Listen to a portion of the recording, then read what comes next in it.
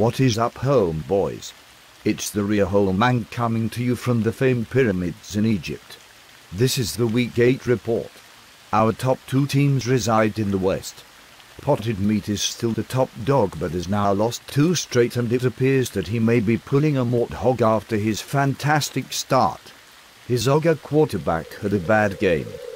Jammer is number 2 after another fine week despite the fact that Arian Foster was on a bye. He got a huge game out of Doug Martin. Holy shit, Martin got him 32 points. Where did this motherfucker come from?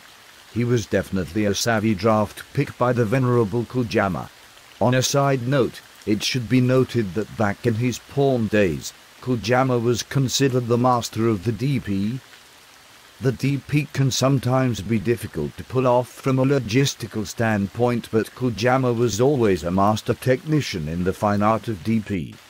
And Blake Palmer once pulled off a stunning DP of Erica Boyer, and he needs to be commended for being the fine coxman that he is. Next up is the Patriots scum. Despite having a good week, he was dealt a stunning loss at the hands of the legendary Pecker. With all of his players on a bye this week, he will undoubtedly get shellacked by the mighty Jammer this week. This game could get uglier than the famed 1916 contest between Georgia Tech and Cumberland that ended in a 222-0 Georgia Tech win. Okocinco suffered a close loss when Fitzgerald fell 1 yard short of a TD on Monday night. The loss of Morris Drew is a huge blow to him. He had to replace him with an absolute shithead who got him 3 yards. Curly Hair, otherwise known as G, upset the mighty Potted Meat and is now 4-4.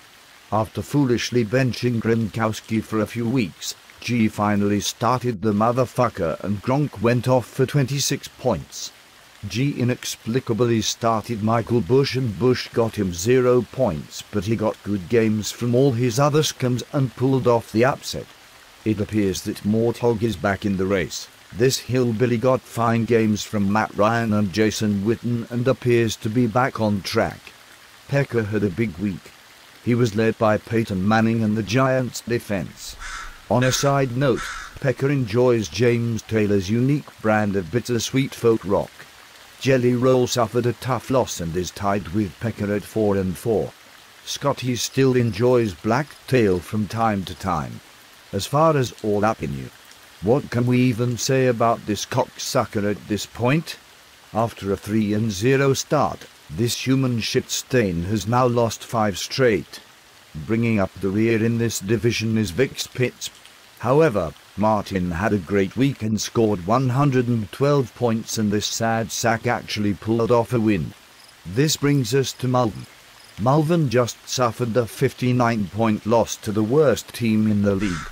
Seriously, is Malvern a fucking retard? His team absolutely sucked dick last week. His Manning to Cruz connection did nothing. He got 1 point from the Vikings D and 1 point from Gates. Wampus Cats pulled off a rare win and is now 2-5-1. This bastard has not given up yet. Well, that is all for now, motherfuckers.